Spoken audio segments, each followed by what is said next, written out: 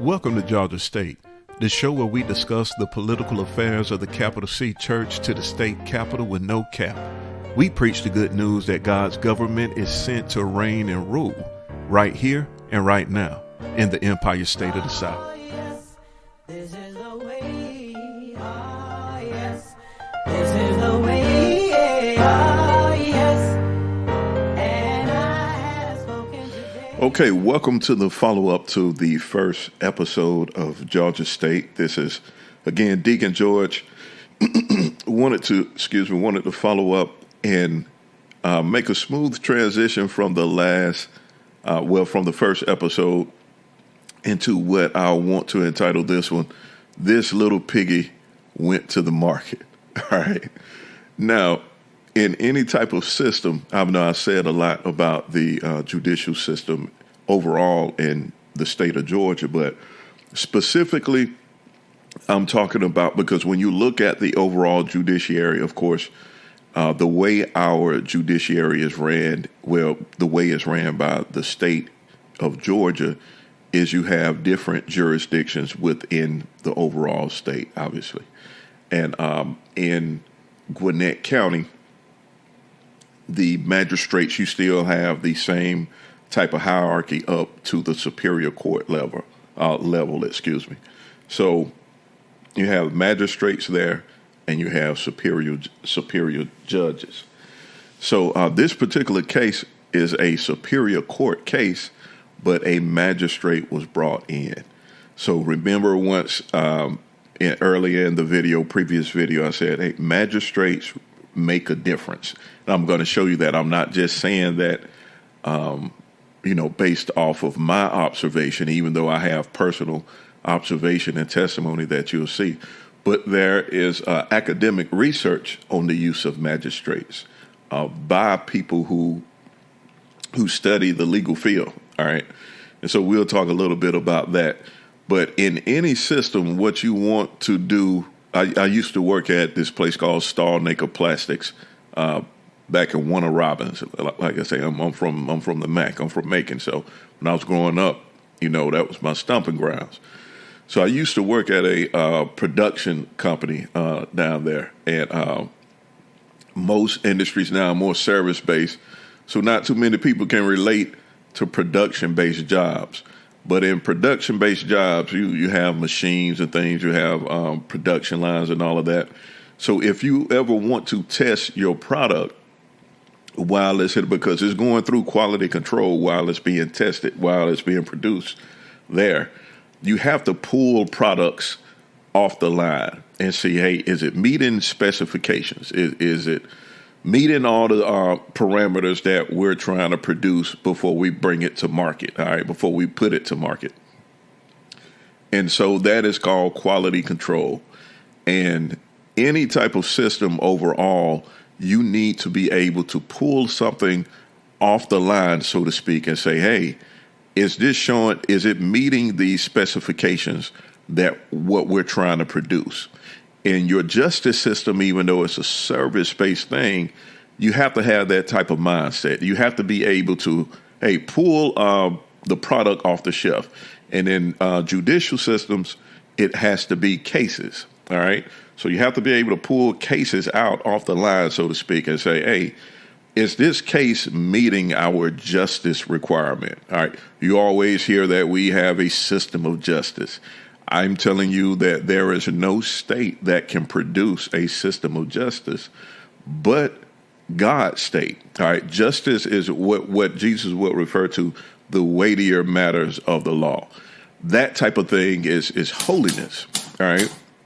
So there is no regime that can really consistently produce that's blessed and anointed and is in covenant to do that, but his state. Now, that doesn't mean that other states can't, because you still, because it's still under his purview, all right? But going back to the way that the temple operates, you have lower and higher courts, all right? So that doesn't mean that the Gentiles, no, we have an excuse because we're Gentiles, we're just going to be corrupt. No, But the weightier matters of the law, there are cases where, just like in any system, if any case is too hard, then it needs to be brought to a higher court. All right. So there are things that the Gentiles can adjudicate on. They're not excused from not having any type of awareness or responsibility for justice. All right.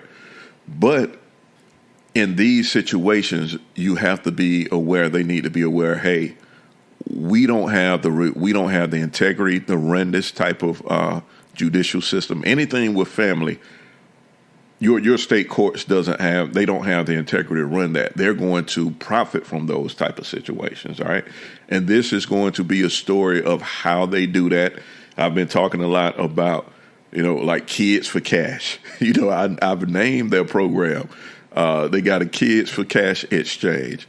And in here on this cover, you'll see $5,000. That's the going price for the Kids for Cash program at in Gwinnett. And I think it's throughout as well, because I've seen they would try to mess around with the numbers a little bit, but they're always coming close to that little $5,000 mark. In this particular magistrate, he said it like right at 5,000, and you will see that 5,000 play out when, like in Georgia, the state of Georgia now. Anybody, if an official is convicted for bribery, it's going to be a $5,000 fine. Now that is by state. Like in Florida, it's actually 10,000, and that's another thing that in the Georgia Courts Accountability Act. Georgia Courts Accountability and Transparency Act, we need to raise that up. And all we're doing when we're doing that is because the Gentiles, they're gonna keep running their systems. We're just making it more costly for them. All right. So instead of selling kids for $5,000, now you got to come up with $10,000. You know what I'm saying? So you're just making the cost higher, and it's making it more. When you're raising the prices, it's making it harder for people to execute and be in these markets, okay? These are real markets in your courts. That's what I'm saying. Shady banking is a real system. You can buy kids. You can exchange kids for cash. That's a real program. They don't call it that, obviously. I'm just naming these things because that's what I do, all right? But so $5,000 needs to be raised to like $10,000 because that's at the very minimum. All right, our neighboring state, Florida, is making their bribery statute at $10,000. And know that when we're doing that, all we're doing is raising the prices for these people in these markets. All right, but again, this one is the teller, the bank teller, the piggy banker. In this situation is Magistrate Judge Robert D. Walker Jr. All right, he was brought in on a Superior Court case. All right. So let's go ahead and get into kind of just the system overall. The Shady Bank of Marshals and Magistrates, I named it that because you have something called a shadow bank, and you are familiar with shadow banks. You just don't call them that. All right. A shadow bank is the shadow banking system describes financial intermediaries that participate in creating credit but are not subject to regulatory oversight. So these are companies they operate like a bank, but they're not banks. Like if you look at your title pawn companies, your local cash checking place, they perform functions like a bank, but they are not regulated like banks. They're not your Bank of Americas or anything like that. I started to say Wachovia. I'm old school, but they're not like Bank of America and Truist. They're not regulated under those same statutes. All right. So they have different oversight. They have different regulation, and it's more lax regulation. All right. Your regular banks, your normal banks, brick and mortar banks, they have more stringent oversight. Okay. So that's why they call this shadow banking, because performing credit functions like banks, but you do not have that same type of stringent oversight and regulation. All right. Then piggy banks. All right. I describe this also as piggy banks. You know what a piggy bank is. I don't have to describe that. But a coin bank often in the shape of a pig. All right. And wooden nickels. This is one of these old school. I got a shout out to my cousin Alfred, a.k.a. Malt. Rest in peace. Growing up, we always had to hear about wood and nickels. Wood and nickels is something completely false or worthless. I think I'm going to do a PSA on wood and nickels alone. All right. So this Shady bank system that your courts run, it comprises these things. All right. And I'm just narrating. I'm using just simple things that I know people can understand and using it to describe a system. So similar to shadow banks, civil courts can create credit and debt obligations by their power to rule and enforce opaque purges and attorney's fees. All right, so I was mentioning attorney's fees and the other video. You don't have to establish attorney fees by invoice. All right. It is the only, just think of any other place that you go to, any type of financial transaction that you make, you're at least getting a receipt or invoice. Your courts do not operate like that with attorneys fees. You can just say, again, hey, Your Honor, Judge, I paid $5,000, $4,000 in attorney's fees. As long as you have an attorney, that's going to fly in court. All right. You don't have to produce an invoice or anything. All right. You literally just get to make up attorney fee numbers. All right. And the reason why you do get to do that again is because the judge is also an attorney. All right. And they're subject to reason. All right. When you look at the statute on that, reasonable attorney fees. All right. Which is weird. To a degree, yes, you need that because you want to make sure that people are being trustworthy, but they need an invoice. How can you determine the legitimacy of an attorney fee if you don't have a detailed bill or invoice? All right. And you will see this all the time. They do it. You could just say, hey, $1,700 of attorney fees or whatever. They will award it without even looking. This is just blind. All right. And it's for a reason. And purges are the same way. All right. You will see that because there is no accounting regulation in your courts, they have no type of accounting standard in your courts. They get to count money any type of way. Attorneys count money funny. And again, you have to look at laws. If it's not written, if we don't write a law to say that they have to adhere to accounting standards, then they're not going to do it. All right. So everything that I'm telling you is just showing you how they operate. All right. Purges, they can make like a liability and expense, which you will see in this situation. They can make up any type of debt and create that on their own. And then they can say, hey, you got to pay a purge payment based off this arbitrary number that we've come up with. And you owe that to the court. All of these things are going to be payable to the court. Attorney's fees, because your judge is an attorney, it's payable to the court too. All right. So always know that. Don't think of your system as attorney's fees just being payable to a law office. Your courts operate by attorneys. So when you're paying your lawyer, you are paying your courts. All right. The attorney can go back and say, hey, you didn't pay me these attorney's fees, take you to court for that, then you're going to have to pay that. All right. This is enforceable debt.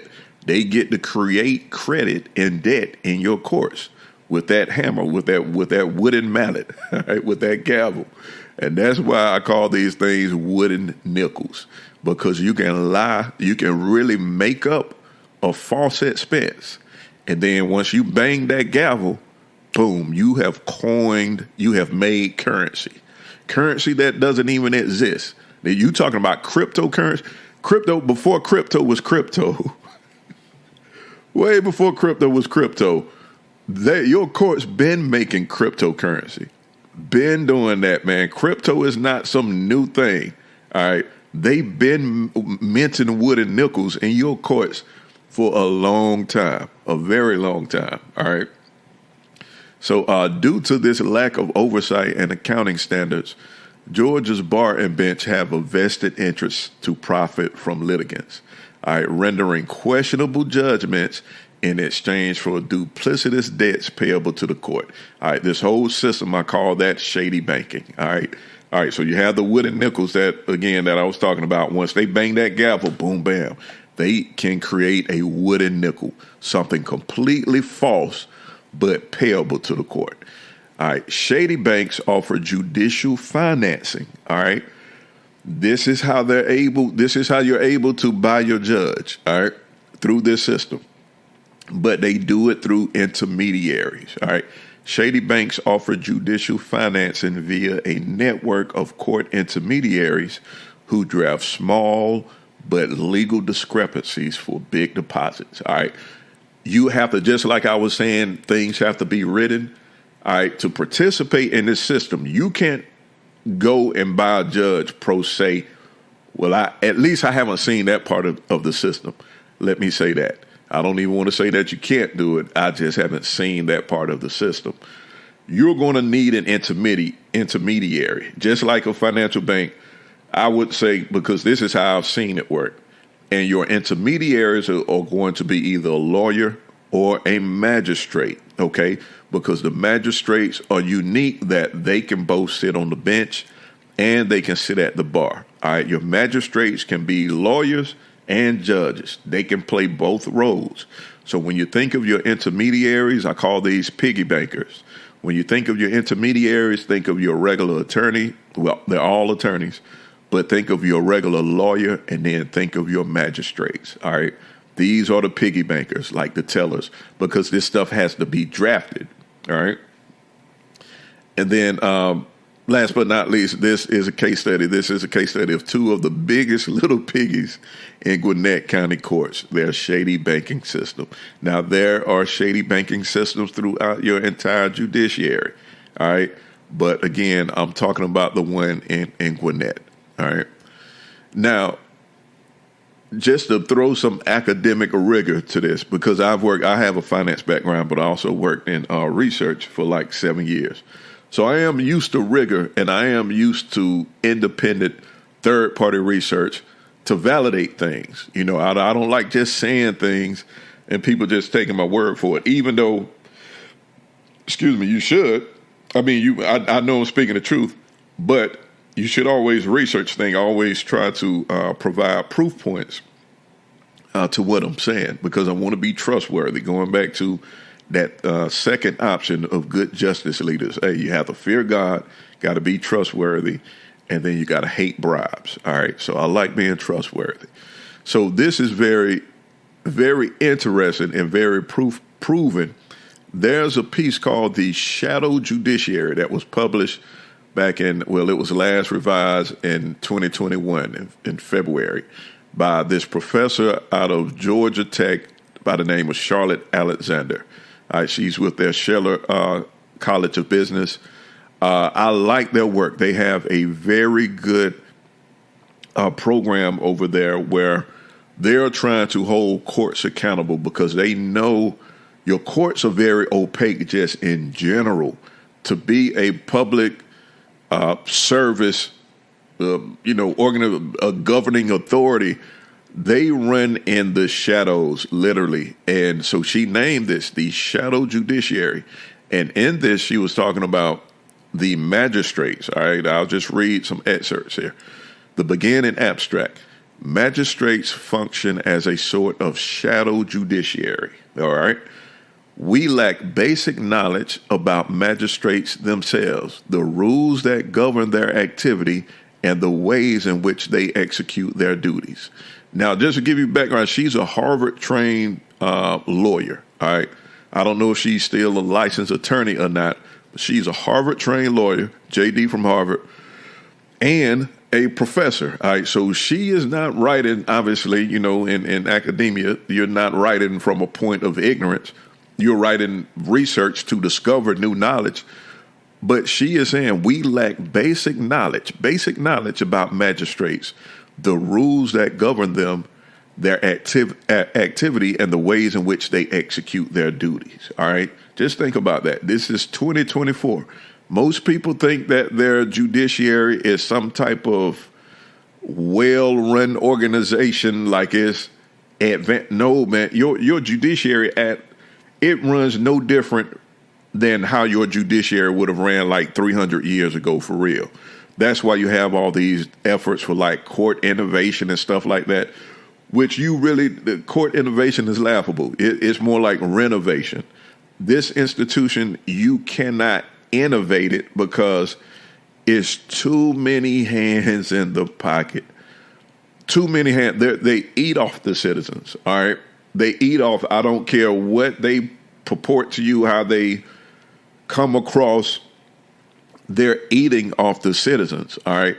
And able to do that, they have to make it very opaque, all right? They have to make it very hard, even though, these things have to be put out in public, these cases or whatnot. And that's why I give you the case number so you can go look at them. They still operate very shady. So when I say shady, I'm not the only one just saying that. This is a Harvard-trained lawyer, professor at Georgia Tech, the shadow judiciary. All right. This study reveals that the involvement of a magistrate makes a difference to the outcome, and that the way that a magistrate became involved, or by the discretion, or by the consent of the parties, or by the discretion of the district judge, matters as well. Now, she was doing this study at the federal level. I'm talking about, state level at a specific county, but they have magistrates as well. They operate the same way. So she's saying, hey, through empirical evidence, we're able to prove that once a magistrate is involved, it's going to affect the outcome. We have evidence of that, all right? And then the way that they became involved, that matters as well. Whether it was sent by a judge, because magistrates can be commanded by their superior judges, okay? Again, they're intermediaries.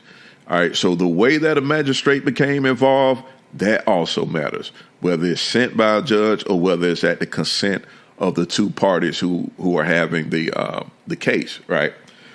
So this is a good read. I'm not going to go all into the nuts and bolts, but just the abstract along, I'm telling you, and she's telling you, magistrates make a difference. We lack basic knowledge. How they operate in the shadows, okay?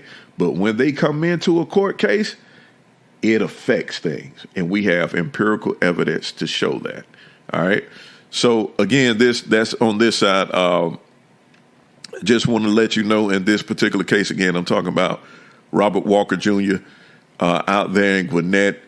And this article here that I pulled up on the internet when he was, and this is why, just to talk to my African Americans, this was touting like, okay, hey, now we have diversity or whatnot.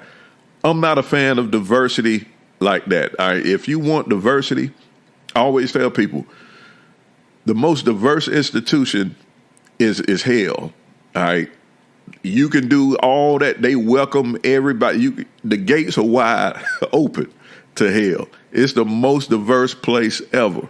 All right. So I'm not a fan of diversity for the sake of diversity.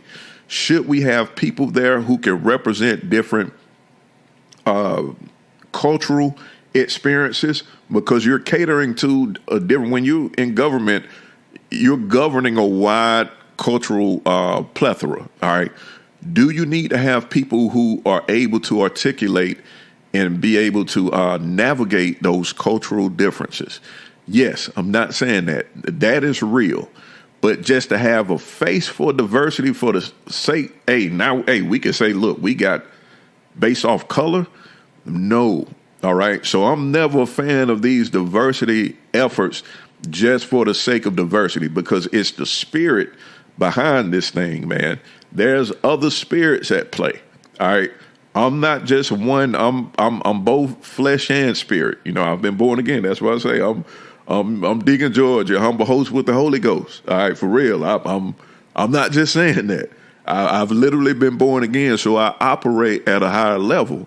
All right, because of Him. It's not me. I don't control the Holy Ghost. He controls me. He masters me. Do I listen all the time? No. But, we're all going through that submission process. We're learning to submit. All right, we got to play dead so he can be alive. All right. And this is one of the things in this case study, this is one of the ways where he was showing me things that a lot of people are just blind to. All right. So don't get caught up in this face. Oh, you have a black person, white person, Chinese person, whatever you want to, whatever your cultural identity is, whatever your even LGBTQ, they're going to have. Don't get caught up in that. You don't want your judge just to be black or white or a specific sex or whatever. You want them to be fair. I don't care. Them jokers can be green with polka dots, man. I don't care. Can you count money right? All right. Can you be fair and just? That's what you need. It's the spirit of these things. So never get caught up in this, man. They're going to play you like that, all right? Because I'm telling you, this joker is crooked right now. I don't care if you white, black, whatever. He's going to be crooked. This joker going to sell your child, all right? Kids for cash, $5,000, all right?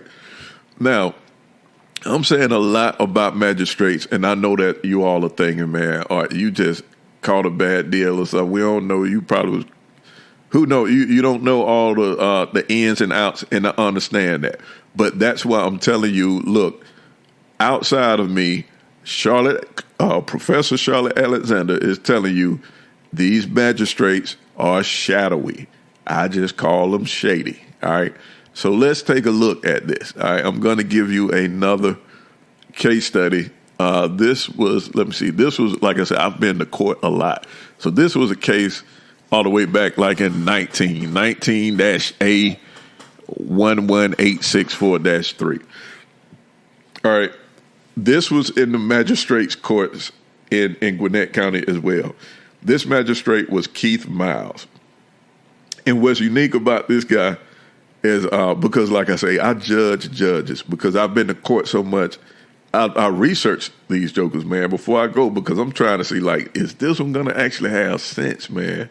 Because they really, these judges are characters, man. They really are characters. So I try to get a sense of who I'm dealing with before I even go in, or either after. Sometimes after the fact, I just got to look them up. Like, man, why are they so off, man? Like these jokers are dim with it.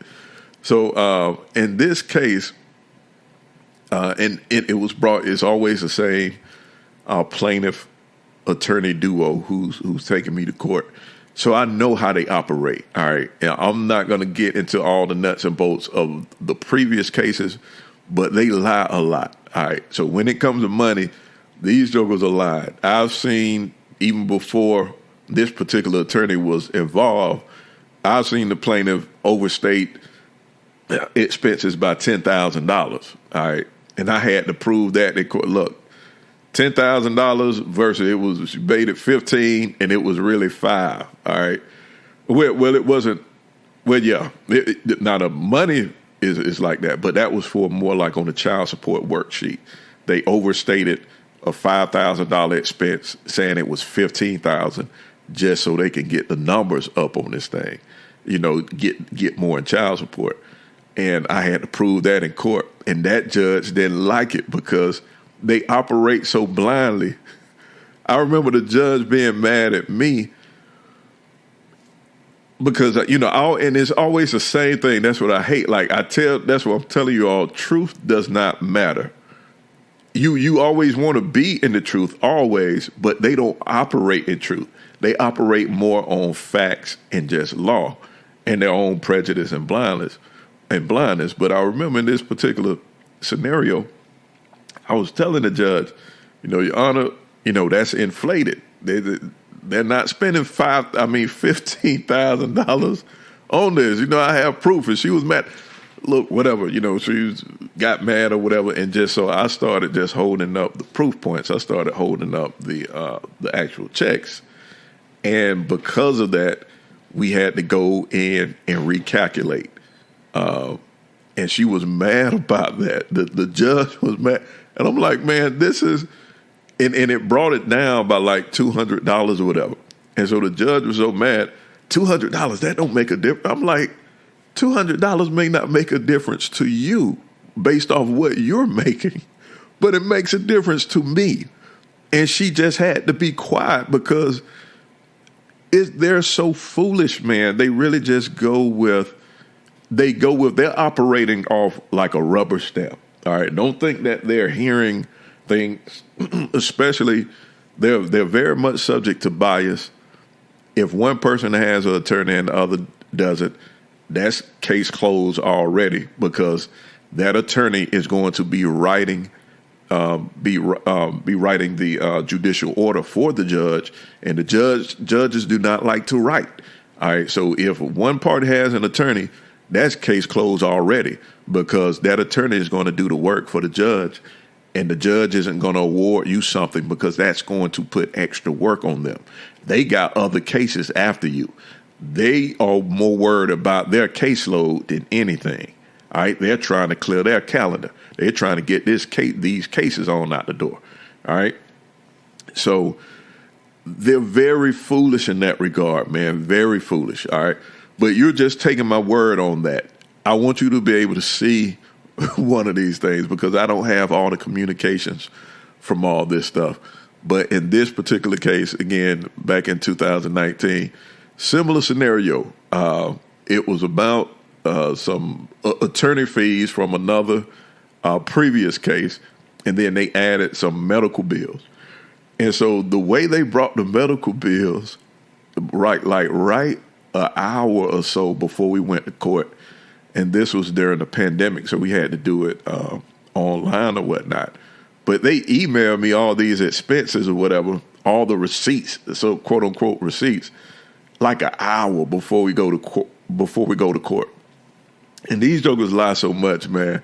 I already know this mess don't add up, because how they sent it to me, and just from previous experience. So I'm trying to tell the judge this in court. Look, I haven't had a chance to validate this. They have a history of lying.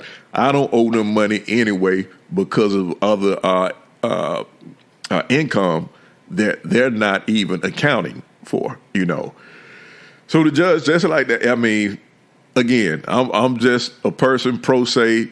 The other party has his whole attorney and everything. The optics, it just looked from the optics.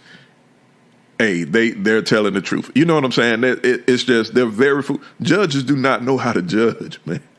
That is like one of the few professions where you have a title to a thing, but you don't actually know how to perform it.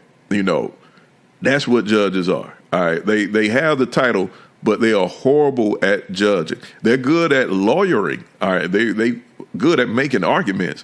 They can make all kind of arguments, foolish ones, all day. So lawyers are good at making arguments. I would give them that. But judging, no, absolutely not. So he blindly awards them this money, all right, and telling them I go, so because I don't have time to count up these receipts or whatnot, actually, before we go to court. So afterwards, I'm matching up the receipts, all right, to what they're saying is owed. And sure enough, caught them again, all right. They claiming $2,684, and they only have like $1,800 worth of receipts, all right. So they have a whole $868 discrepancy, or 45% discrepancy claim versus what's accounted for. All right. And this is not the first time. I'm just giving you an email communication that you can see. And so I'll read this, because I sent it to the judge and I'm like, hey, I told you, this is why I told you, you have to count them. You just can't blindly take that word, man. They have a history of doing this. All right. And sure enough, I'm just going to read from this. He said, my review of all documents indicated the total arrears was $1,854.08, and not the $2,684.82 as alleged and as adjudicated during the hearing. So he already ruled on this. And that's the crazy thing. That's what I'm saying, wood and nickels. All right. He already, once he banged that gavel, he done ruled on this. He done created an extra $868 that's not accounted for. All right. That's how they're able to create credit. All right. So when I'm not just making something up, your judges, your system is able to create cryptocurrency. They've been in the crypto game way before the first crypto coin was even thought of. They've been making cryptocurrency, all right? Extra $868 just out of thin air with a nickel, just by him banging a gavel and not counting, all right? Which I always tell them, you got to do that. And I'm going to read a little bit more. He said, I have considered Mr. George's request for recalculating the arrears based upon the testimony and records submitted during the hearing. All right. I have also considered Mrs. Roy's, that's her attorney, response and request that the court not recalculate the amount previously adjudicated. So they're still talking about, he done caught them, and they already know they lying. She talking about don't recount it. Like this is a ballot or something, man. Like this is basic arithmetic and accounting. And I want you to know these are two attorneys, right? There's a lawyer and a judge, and these jokers do not count money. Attorneys count money funny. All right. Always know that. Always know that. And then the other main thing is they're lying in court, but nothing happened. This is perjury. All right. Once you do this and you attest and you give testimony and all of that, that's legally perjury. They've purged themselves, both the lawyer and the plaintiff. All right. But nothing happens. All right. I took considerable time in going through these records several times to make sure I did not miss anything, doing my best to understand the summary documents and match it with receipts which were submitted. My decision is guided from my sense of fairness, but based upon the evidence which was actually submitted during the hearing in support of the contempt. All right. This guy I'm not too much mad at I am, because I don't want to excuse him, because you need to show there's a certain level of rigor that you need to perform in case. And I hope he learned from this. I don't know if he, now once I put it out, but I hope he learned from this instead of just doing things blindly, man. They're very biased. Don't ever think that you go into court and these people are just doing some type of rigorous adjudicating. They considering all the facts and figures. No, they're flying blind, man, and they're just trying to get to the next case so they can clear their caseload. But he's saying, hey, I do have a sense of fairness, and based upon what was submitted during the actual case, for that reason, I am amending my order by finding that the amount of arrears is the $1,800 versus the $2,600. All right. So I want you to see, look, how this happens. I want you to see, and this is just one that you're able to see, but this is a 45% discrepancy. All right. And these are not mistakes. All right. The attorney advocated, no, do not recalculate. All right. Because they know what they did. Now, the question is, again, how you count money, you use arithmetic and accounting. You don't count money just by counting it up. You account for money. You always account for, because money is always in transition. Money is always changing hands. It's going from one account to another. Where did this money come from, and where is it going? Where is this extra $868 going? All right. That's the thing. All right. So it is going somewhere. You've created an extra $868 out of thin air just by banging the gavel. You created money just like your bank do. All right. They're able to leverage and create credit. But who is getting the credit? All right. Where's this money? This is an extra 45% discrepancy. It's going somewhere. All right. Now, I want to show you next to McDonald's. That's what I'm telling you. Your local McDonald's is running with way more integrity, way more rigor than your local courts. Just gave you an example of both these people went to law school. Both of them. One is your government. One is acting in the function of your government, of your state. This Keith Miles Magistrate Court, he is functioning as your government. This other attorney as your trained lawyer. She's out here, got signs, billboards. You would call this person, all right, and inquire about their services to represent you, Excuse me, but just want you to see that it has nothing to do with education. It has nothing to do with the power or authority. All it has to do with is integrity. All right, you have to have. If you have integrity, you can run your courts. All right, it is very little. There was no law. What law is applied here? All right, what law? What statute in Georgia's courts, or in their code, are they referencing to count money? None. You don't need a law to count money, but you do need a statute that says, hey, we have to, when we count money in courts, we have to do it a certain way, or you just have to count it, period. Because right now there is no statute for dealing with money in your courts. That's what I'm saying. Go to the Georgia Courts Accountability and Transparency Act, my petition. And even if you have an idea, I'm welcome to amend the petition with, feedback from citizens. But I'm telling you right now, off this case study that I'm giving you, there is no statute for that. And you can look to your code. You would never find a statute that says we have to adhere by the basic laws of accounting in our courts. All right. And that's why they don't do that. It has to be written. So we have to petition for those types of things. But going back to this McDonald's, I pulled this cash and company assets policy. This is their policy at McDonald's. You have no policy in your courts. All right. McDonald's have a whole cash and company assets policy. There is none in your courts. Find one. Somebody respond and send me what is the cash and company. Well, what's the cash or accounting policy in your courts, in the courtroom? All right. It doesn't exist. But shortages less than $5, they get a verbal warning at McDonald's. Shortages between $5 and $19.99, you get a written warning. All right. All shortages $20 or more, you're going to get some type of disciplinary action up and include into write-up, suspension, or termination.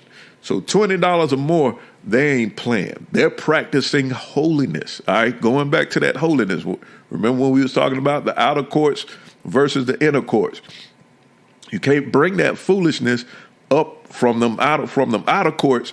As you're going from the outer to inner, you're going through cleansing, and you're losing foolishness. You're not bringing that mess from that court to the next. All right. Your McDonald's is more holy than your courthouse. $20 discrepancy, you can be gone. You could be fired. Them jokers got a whole $868 discrepancy.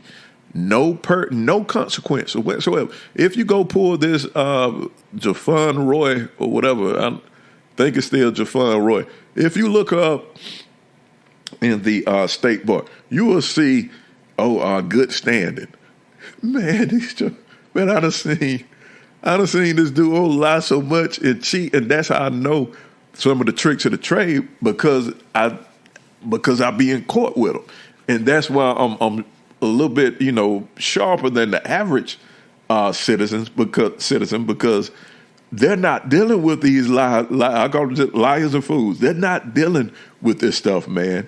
And so my blade is sharper than the average, way sharper than the average, because I'm constantly dealing with these people. So again, I just want you to be able to see this is your courts versus your McDonald's. All right, they gonna rob you in court. McDonald's, man. Hey, you can put your court system. I'd rather have McDonald's. Hey, look, get somebody off the cash register at McDonald's and let them come into the court and count the money, man. Because y'all jokers. No, man, y'all gonna make up some stuff. All right, but this is just one example. 19-A11864-3. That was back in 2019. All right. But on to the next. All right, so this next one is for, again, it's going back to the case study 22-A-07532-3. This case everything from this point on is referencing that particular case. Excuse me. But Wood and Nichols 101. All right. So in going back to the law of accounting, I write proverbs about this mess. So numbers do not lie, but the law of accounting has no grounds in the court of fools. Because, again, it doesn't matter about truth and lies. It matters about what is written and what's the policy and procedure. All right, so I don't want you to get caught up, oh, I'm telling the truth, this is fair, equitable, and all of that. No, I hope the last, what I just talked about kind of give you a little hint of that. But it gets even worse. So I'm going to introduce two type of accounting statements to you: a balance sheet and an income statement, because you have these things personally. All right, you don't have to have a business in order to have a balance sheet or an income statement. So your balance sheet would be your assets and liabilities. Whatever you own, your house, your car, anything, your bank accounts, all your currency, anything that has some type of value, those going to be your assets. Your liabilities or your loans, credit cards, things of that nature. All right. So, and the difference between those two is what you would call your equity. All right. Just like you have equity in the house, that would be your personal balance sheet, your equity. This is what you actually own after you this is what you're worth after you take up all your assets, subtract the liabilities that you have. This is how much you're worth. When you hear people talk about, hey, how much is such and such worth? Whatever your favorite business person or entertainer or actor or whatever, how much is such and such worth? They're talking about balance sheet. All right. What is their equity? Their assets minus their liabilities. All right. Then your income statement. This is simply just on a monthly basis, your revenues, what you're bringing in versus what you're spending out, your expenses. So revenue minus expenses equal net income. All right. So you have your balance sheet, assets equal your liabilities plus whatever your equity is that will act from a balance sheet perspective. I'm just showing that in a different way. Liabilities plus equity equal the total of your, that's how your assets are financed. But if you want to talk about your worth, you would take your assets minus liabilities to get your equity. All right. So same equation is just I'm ordering it differently. All right. So I want you to be able to get just oriented with that, because that is how the normal world works. All right. You work like, when you're going to the bank to get a loan or make a credit card statement, they may ask you about this on credit card applications. But if you're getting loan, they're looking at your balance sheet and your income. The whole entire financial system works off these two things: balance sheets and income statements. All right. Whether you're a business or just a normal, regular person operating in your own capacity. All right. Your courts do not operate like this. All right. Because they have no accounting standards. Now, you can submit these things to the courts, but they can finagle these numbers however they see fit. They can finagle your balance sheet. They can finagle your income statement because of that hammer, because of that gavel. All right. So I'm going to show you in this particular case, this was a custody case. It wasn't even supposed to have anything to do about this house. There's a house in Florida that was still co-owned by myself and the plaintiff at the time of this case. Was trying to get out of the house for years, so I had to file they wouldn't let me out of the house. So I had to file a court case in Florida. All right. Before we went, that was in 2021 when I filed that case in Florida. We didn't appear into court for this case until 23. Even though the plaintiff filed in 22, your courts are so backed up, it was a year later before we appeared. So it's in 23 when we are appearing in court about custody. But in 21, I had already filed something in Florida to try to get out of this house. All right, but we're appearing in Gwinnett in Georgia about a custody case, but this house is involved. All right, so I have to explain a balance sheet and income statement to you about this house, because this is how they were able to leverage and pay the judge. All right, they were able to use this house to pay the judge. But let me go over the numbers with this house. All right, so the revenue for this house is a rental property, all right, that is profitable. All right, it is not in debt or anything. It has liabilities, but it has equity too. Remember, going back to the balance sheet, the house is worth more than the loans that are on it. All right, but going over, and then also when it comes to accounting, you always want to look at source documents. So just through process of litigation, I have an account statement that was from the plaintiff of 2021, here dated September 22, 2021. And I'm using this because I want you to want you to be able to see the time. Again, in 23 is when we appeared, but this is showing the numbers since 21. So you will see here where income, the renter was paying $1,250 a month. And then what was expense on the property, what was coming out of this particular account was a Terminix bill, that's like pest control, and then the actual mortgage on the property. So when you add those two things up, it's like $904. So bringing in $1,250, paying out $904. So on a monthly basis, this is $346 coming in. All right, so this is as of 2021. All right, so again, we're appearing in 2023. So you got this $346 coming in every month.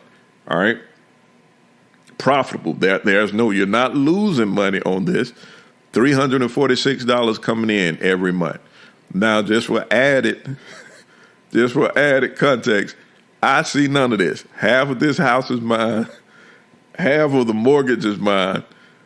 The rental agreement, half of it, I'm on the rental. We're both in this thing. I'm tied to this thing. I'm trying to get out of it. Half of it is mine, but they're not paying me any penny. Literally not a penny. Literally not a penny each and every month for the past 10 years, actually. But I want you to be able to see from 2021, I have not received a penny of this thing. They're making $346. Half of that is mine, but they're pocketing the entire thing. All right. This money is being pocketed by the plaintiff. All right. So I'm going to annualize this. This would be, if you look at these are called debits and credits. We call these T accounts, but I'm not going to necessarily get into, I'm just showing you how this would look from an accounting perspective. So when you annualize the revenue, $1,250, that's going to be $15,000 a year. When you annualize the mortgage expense, that's $10,500. When you annualize the pest control expense, that's $348. All right. Now that's the income statement. Now let's look at the balance sheet. The balance sheet, there's a loan on the house. The house is worth like $200,000 or something, but there's an $85,000 loan on the house. That is a liability. But I want you to understand the difference between a liability and an expense. All right. The loan itself, the $85,936, that's a liability. That falls on your balance sheet as a liability. Now, the expense is the actual mortgage payment that you make each month, because you're expensing this. Now, in the cash, not going to get into accrual accounting, but expenses in cash-based systems, you recognize expense when you pay cash. All right. So you're not paying $85,936 each month. Obviously, this makes basic sense. You're paying your mortgage payment, and that is the expense. Again, the $874, I didn't really break it out, but $874 of that $904 monthly expense is for the mortgage. All right. That is an expense. $874 that you spend You're spending that each month. You're spending not cash for that. That is an expense. That is not a liability. The balance of the loan is the liability. What you pay on it each month is your expense. And it's not just like that with mortgages, just anything else. Your car note. You may have a $10,000 car note, all right? That is the liability. I mean, $10,000 loan for your car. That is the liability. You may pay $300 a month for that. That is your expense. Your car note is the expense, all right? So just be mindful of that. I know this make common sense, but you just can't be willing with accounting. You got to call things what they are. And you can't treat a liability like an expense because these are two different things. Again, when you count money, you have to account for it. You just don't count it using arithmetic. You have to account for it. All right. And what I'm doing is accounting for money right now. All right. So just to bring another little piece into this picture, in June of 23, now the plaintiff filed this in 2022, but in June of 23, they took out an HVAC loan to replace the AC system in this house. All right. I know through litigation that the balance of that loan at the time that it was taken out is $9,692. All right. I know the balance.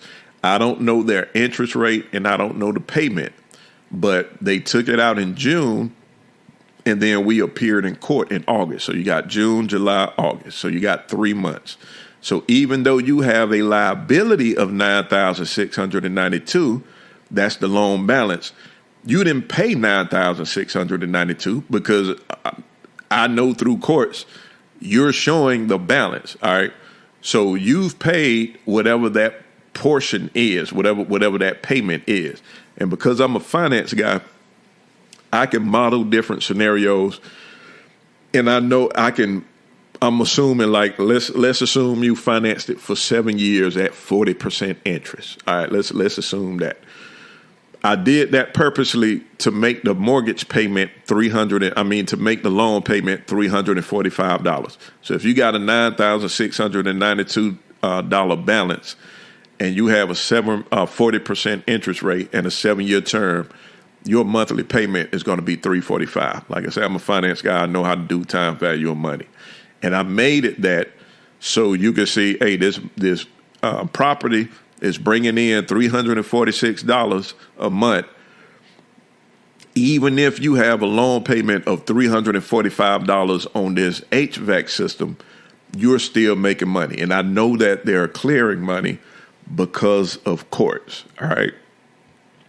So that's why I specifically put it where, hey, 346 versus 345, you're still profitable. All right. This property is not this property is profitable. This is very, very, very important to note. And it has cash reserves because it has $1,333 here on this bank statement. All right. So I just want you to be aware of this. This is the actual picture of what this thing looked like. But attorneys count money funny. All right. They don't count money using accounting standards because they're not required to do so. All right, they don't have to do that. So going back through a timeline for this case here, in August 2022, this thing was originally a custody case, all right? And they included medical bills again, $1,660. I already know these bills ain't adding up either, but they're very litigious, and they're going to make money some type of way. All right. Now, during this process, they took me to court in March of 23 for this same case to get me to provide bank statements because I'm like, look, we've just been in court or whatever the last time was. You don't need 2 years worth of bank statements if you're suing me for custody. All right. They took me to court in interim, made me produce the bank statements. Your Honor, hey, he owe us $1,700 in attorney's fees because of that. Didn't produce any invoice or anything like that. All right. Again, you just say you don't have. The only thing you have to do to establish attorney fees is just say Hey, Your Honor, I got an attorney. I paid this much. All right, $1,700. So they picked up extra $1,700 in attorney's fees from that March hearing for the same case. All right. Then in June, they added more money because I lost my job in November of 2022. So I was underemployed, still underemployed, but I went through a period of unemployment. So I wasn't able to make child support because I don't have money. All right. So they added also child support to the case in June as well. So that's $3,212. So I just want you to see how money is being added to. They're constantly amending the case. They filed it in August, but they filed it in August of 22. But before we get to the August 23rd hearing, they're adding money at different intervals. All right. So in June, they added child support. And in June also, they added $4,891 to this case for the HVAC loan. All right. So remember, they took out the plaintiff took out a loan to repair the HVAC system, took out a loan for it. All right. But they only, remember, I'm modeling the highest. I'm modeling $345 a month for the payment. All right.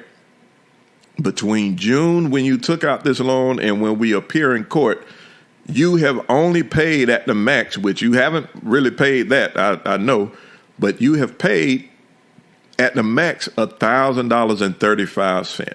I mean, $1,035. All right. That's all that you came out of pocket as a plaintiff. And then you don't have to come out of pocket. You could just reach in the reserves. The house is producing this income. So you're not even really coming out of pocket. So when I say come out of pocket, you're not coming out of your own personal pocket. The house itself can still pay for that. All right. Because again, it's bringing in $346. I know from another court, from other testimony, that you were still making, that the house was still making money even with this loan. It was whatever you were spending on the loan, it wasn't enough to make it where the house was not profitable on a monthly basis. So this here is a false expense. All right. Need for you to realize that. They're expenses. All these things, others, they could be, well, you could prove child support. I'm not talking about the child support. Attorney's fees, that's just figments of your imagination. Was there some type of cost incurred for bringing the action? Yeah, I'm not saying that. I doubt it was $1,700, but again, attorney's fees are, you could just say and make that up. So, but what I'm trying to say, that these things are actual expenses. All right. The medical bills, attorney's fees, even though I doubt that you actually paid money out of pocket for this, but we're just going to pretend like it is, because whenever you're dealing with attorney fees are figments of your imagination. Not saying that they work for free, but they just get to make these things up. All right. But for the purpose of this, we'll just play along like it's actual an expense. Child support, you know what child support is, so I don't have to explain that. But these things are expenses that actually go out money. This is a loan. Remember, it's a liability. All right. And that's why I say courts are able to create liabilities. They can lie about stuff. Okay. And make it something that is not. So this is very odd. One of these things is not like the others. I want you to go back to your Sesame Street thing. You remember when one of these things doesn't belong? One of these things is not quite the same. One of these things doesn't belong. It's not the same as the others. All these other three are expenses. Now you got a whole loan. Excuse me. You got a whole loan. You got a whole liability here. A liability is not an expense. All right. Your car note, the actual note. I know we call our payment the note, but it's not. That's the car payment. But the note, the actual liability, could be $8,500, but you're paying $250 or whatever a month. All right. So you cannot expense unless you're foreclosed on or something. Then they can break, you got to pay the whole balance. But you're not paying the whole balance for anything that you finance. All right. What you're paying is the note. So they have beefed up what they're doing. They have beefed up the charge. They've beefed up the money on this. All right. They falsified an expense. So I want you to understand when I say they falsified an expense, that's not me making something up. They're making something up. Now, this is where it gets interesting. $4,891 that you falsified as an expense. And when this was brought, and let me read, this is because again, the attorney writes the judgment. All right. The attorney wrote the judgment, but the judge is not unaccountable. All right. The judge, once they bang the gavel, they're supposed to be trying facts and all of that. They're not innocent. They are oftentimes very much involved in this mess. All right. So the court finds, I'm just reading what the order says. The court finds that the respondent is responsible for half of the HVAC repairs for the Florida rental property. All right. Remember, this property is profitable. I'm not seeing a penny of that. It's being, whatever the monthly mortgage payment for the HVAC loan, the revenue from the property, from the rent, is covering that. The court finds that the respondent is responsible for half of the HVAC repairs for the Florida rental property. The court finds that respondent is in willful contempt for non-payment. I haven't paid. They just get the makeup. The court finds that the respondent is in willful contempt for non-payment of his portion for the HVAC repair for the rental property in Florida, having an arrears balance. I owe them. I owe $4,890. I'm in arrears. I'm behind on a rental property that the plaintiff has not paid me a penny for. But I am behind on payments for this HVAC loan. I want you to see how this is worded versus what is actually happening. And the judge is aware of this. All right, the judge is aware of this because I told the judges, obviously. All right, he is aware. But I want you to see what has happened. I have having an arrears balance of $4,890. You are behind that much on this. This thing has just happened. You just took out the loan in June.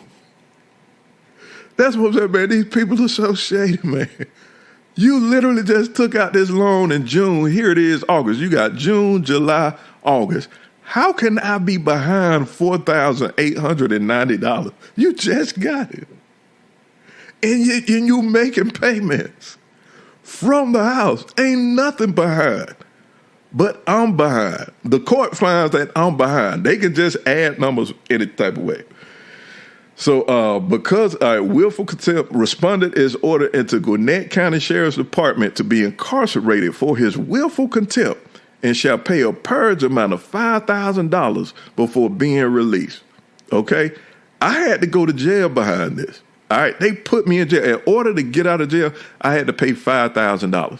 Now, I hope you're seeing what I'm saying. $4,891 of falsified expenses and of $5,000 to get out. All right? You falsified expenses. You added stuff that isn't there. All right? You made up money. Again, just like you made up the $800 before and you had the judge bang that gavel. You created money. This is shady banking. You're creating credit, but money is always in transition. I always want you to know this. When you count money, you use arithmetic and accounting. That is how you count money. You don't count money just using arithmetic. You don't just add it up. You account for it. All right? You created this credit based off faulty accounting. All right? You made a liability. You made a liability into an expense. And now in order to get out, I have to pay roughly that same amount that you fudged. Okay? And I got to pay this in cash. All right, so I want you to understand, $5,000 I'm paying is in real cash. But what you put on paper is false money, is a false expense. All right, you just put something on paper, but I'm paying real cash to get out. Now, where's this cash going? All right, so we'll see that. All right, and it says is ordered to be, I can't be released until these funds. Okay, yeah, I'll read this how it says. All right, an order for incarceration shall be filed under separate order, but they did that. I had to go to jail right there in court. They arrested me in court. Said purge payment shall be paid to Gwinnett County Sheriff's Department, and once paid, respondent can be released. Upon receipt of payment, the Gwinnett County Sheriff's Department is ordered to release those funds to the petitioner, attorney, Ms. Javon Roy, Esquire, whatever, at this address. All right.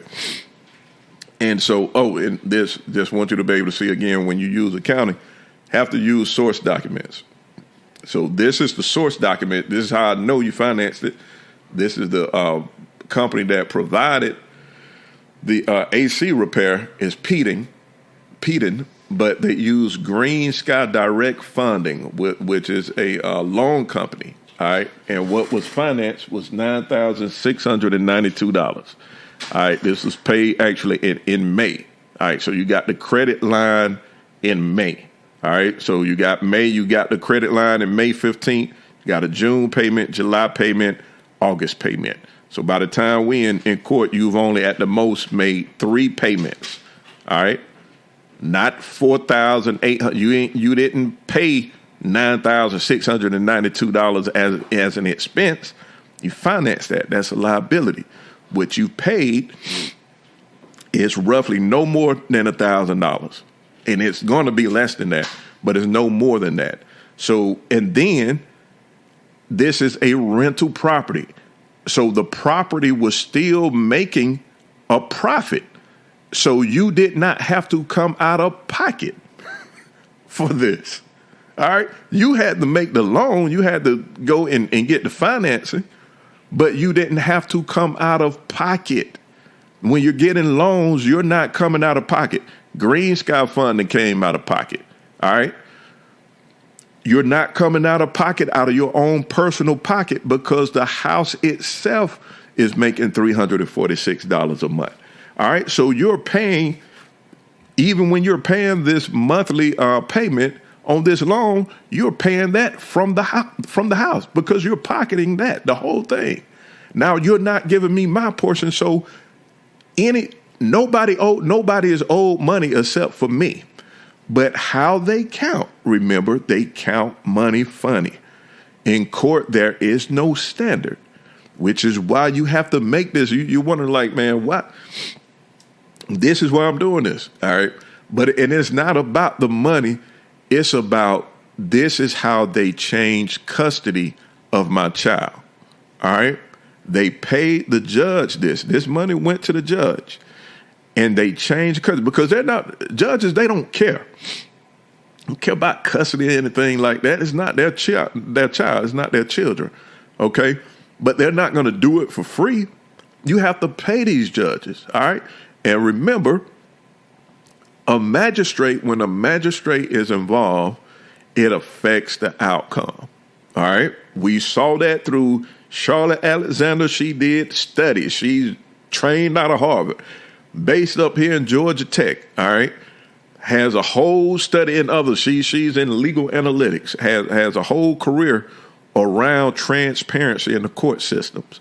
So she's saying, hey, when magistrates are involved, this makes a difference.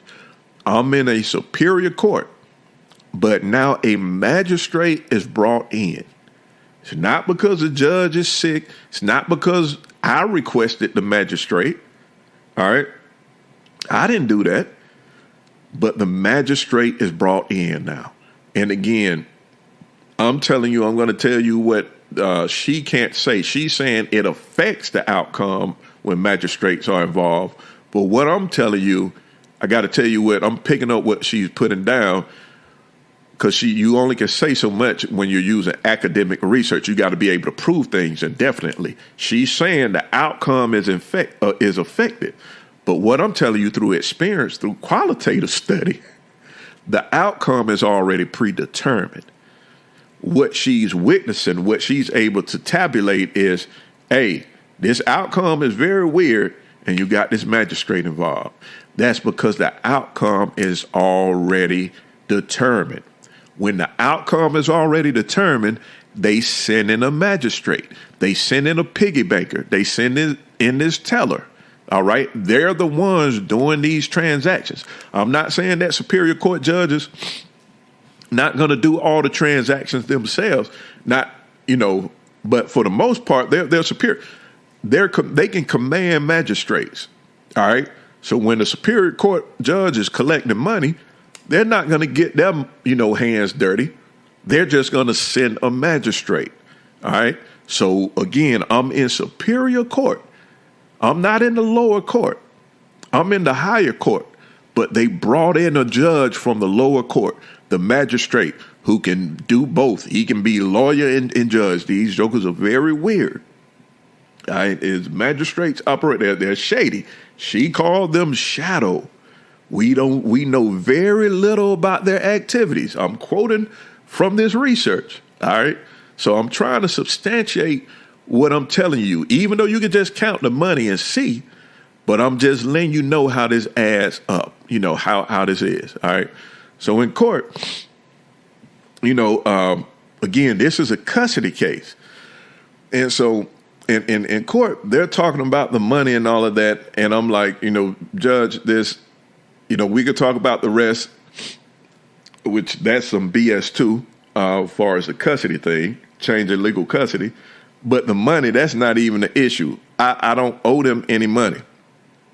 And I established I had the plaintiff up on to give testimony while I'm questioning the plaintiff. And I'm like, hey, is my name on the house? Is my name on the deed? How many names on the deed? 2 names. My name, yours. What about on the mortgage? My name, yours. What about on the rental agreement? My name, yours. All right. Have you paid me any penny of this money for the past 10 years? No. All right. So I'm like, all right. So there's I don't owe you money. You owe me money. And so I started to calculate. I'm like, so how much, is that? Because this is 10 years. And the judge stepped in. No, we don't have to add that. And I'm thinking like, not her lawyer. Okay.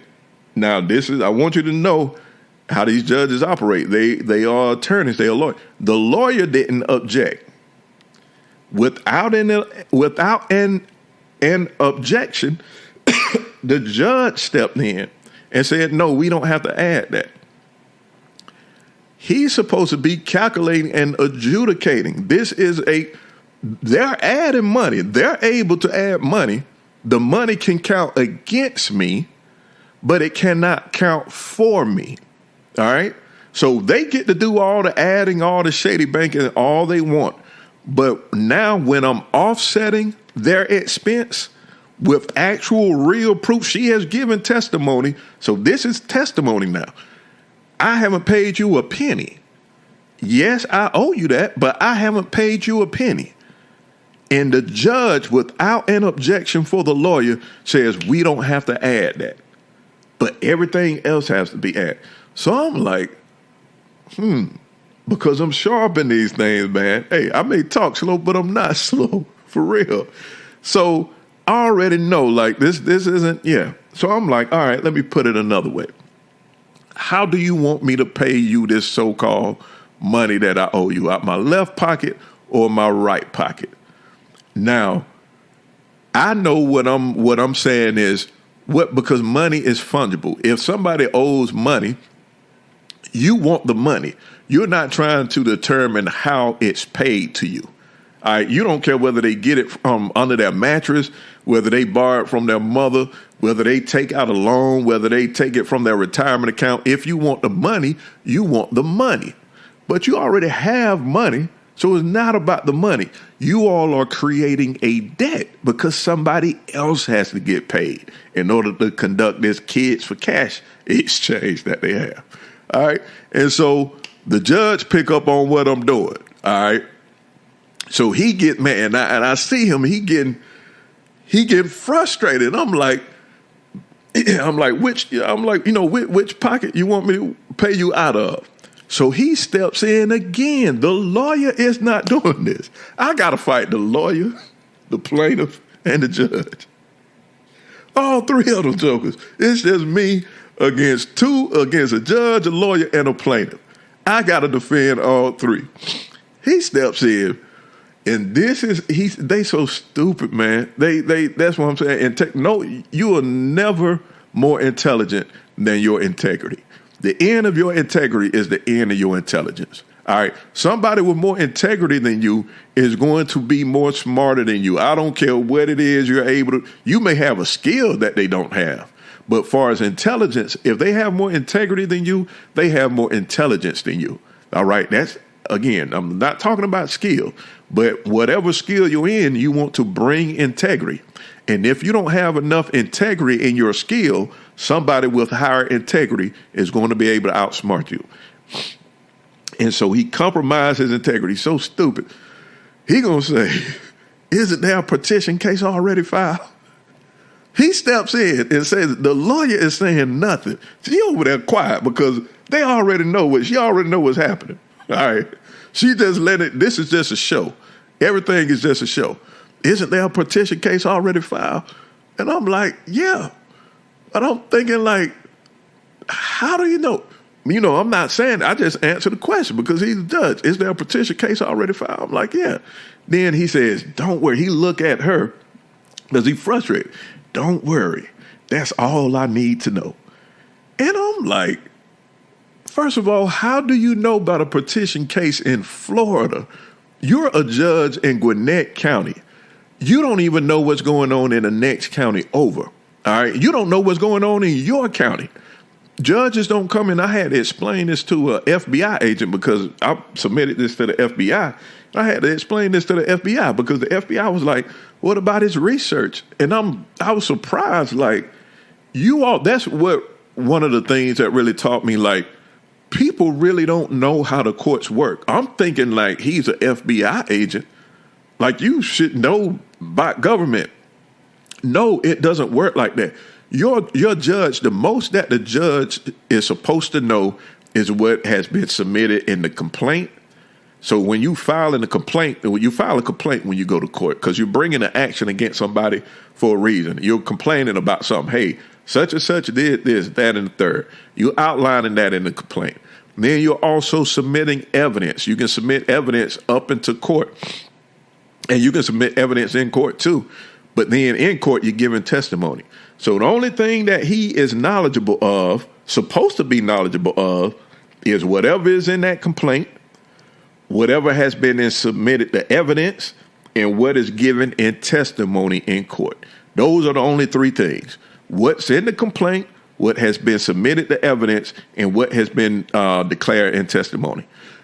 None of those things about this house was declared in evidence, complaint, or testimony.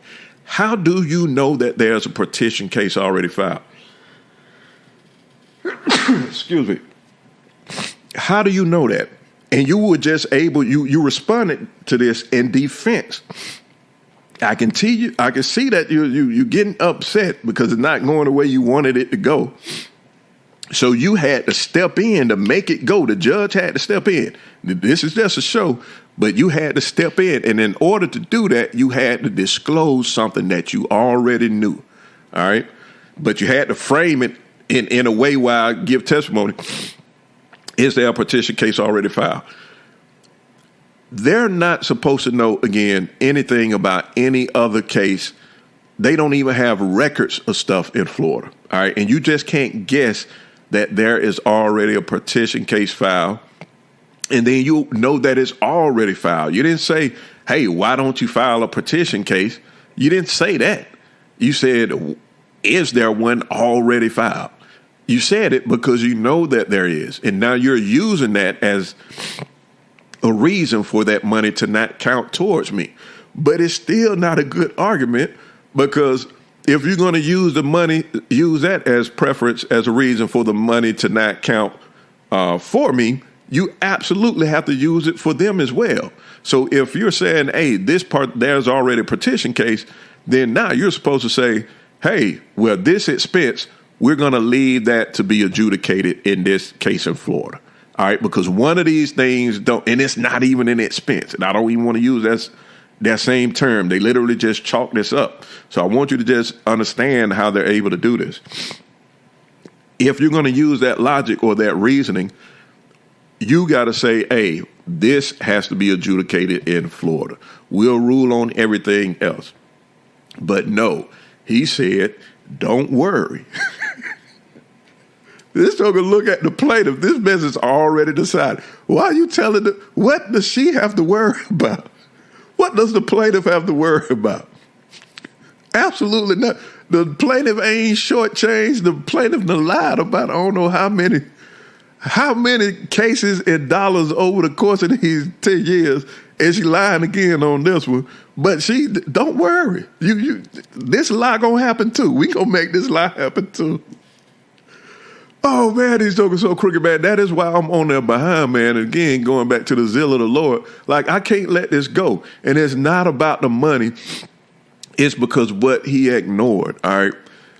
So you're able to look, this judge is able to look back and know about a case all the way. It's 23. You're able to go back into 2021 and see a case in Florida that you ain't supposed to see, and you're using it wrong. You still messing stuff up, man. You really you messing yourself up, all right, trying to use that as a reason for the money to not count for me.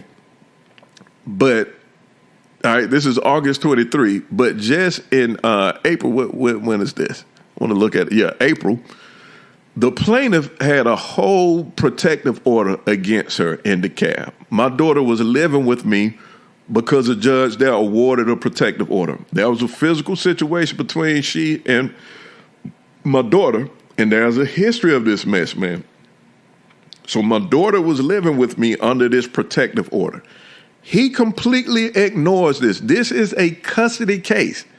All right. This is what they brought me. They brought me to this. All right. Which is, I'm not even going to get into all the stupidity and the craziness, man, because it's really sad. It's really a sad situation how the courts are not able, because they lack integrity, how they aren't able to intervene and help. This is a situation where they really can intervene and help an adult. All right. They have the power to actually help the adult in this situation and the child. But no, they rather profit. They rather profit. And that's why they're inexcusable, man. It's unexcusable because they know this. If you're able to see this all the way in Florida, then you know about this TPO in DeKalb. And I mentioned this in DeKalb. I mentioned this in court. Look. We were just in court, just April. Here it is, August. She had a whole protective order just a few months ago. Don't you think you need to consider this? There's more things going on. I had asked for a mental health evaluation, and there's nothing wrong. And I'm going to dedicate a different thing on mental health because we are missing the ball so much on mental health. And let me explain this. The term mental health is, you're saying more, just as much of nothing as you are saying something. If I say I have a fit, and I had to teach them this literally in court, I told them the same thing. I was like, when you say mental health, that's like saying physical health. If I say I have a physical health problem, your next question of rationalization is going to be like, well, what is it? You know what I'm saying? I can have a cold or cancer. These are two way different things. All right. You know, one can be you go home and sleep that off, versus the other, no, you need immediate medical attention right now because you can die, all right? That is the range of mental health too. So when you're dealing with mental health issues, there's over 200 diagnoses for mental health. You probably can name like 3 or 5 type of mental illnesses. But there's a range of 200 at least. That's just what they've documented. It's really over more than that. All right. So just think of the 5 that you probably know, and now try to imagine the 195 that you have absolutely no idea about. All right. So when you're talking about mental health, you're talking about way more what you don't know than what you know. You probably only know 5 mental illnesses. You got a whole 195 out there. Literally, look this up. So you're dealing in more of a space that you have absolutely no knowledge about. But the people who are living out these things, who have to live with people who are in that 195, they know. It's not a mystery to them. It's a mystery to you because you're blessed enough not to have that type of situation. But for the people who are living with that other 195 type things going on, this is a reality to them. All right? They're going to teach you about this. It's not something that they are ignorant of. So you're trying to explain the importance of intervening for an adult and a child in this situation. Completely ignores that. Completely ignores that there was a whole protective order. And when he did that, that put my daughter in a situation where her life was literally on the line. My daughter's life she was on life support for 5 days, literally. Machine breathing, heart pumping for her, all of that. My daughter almost lost her life because these people got to get it. All right? These people got to get it.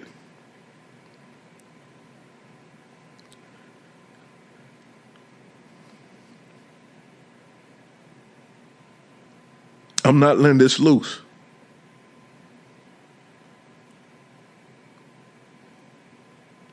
No way.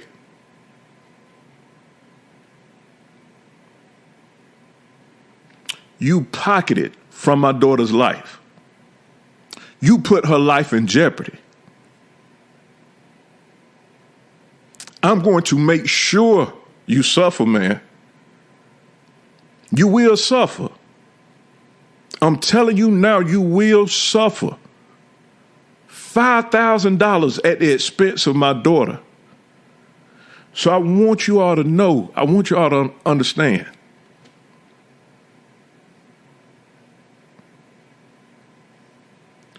What is driving this?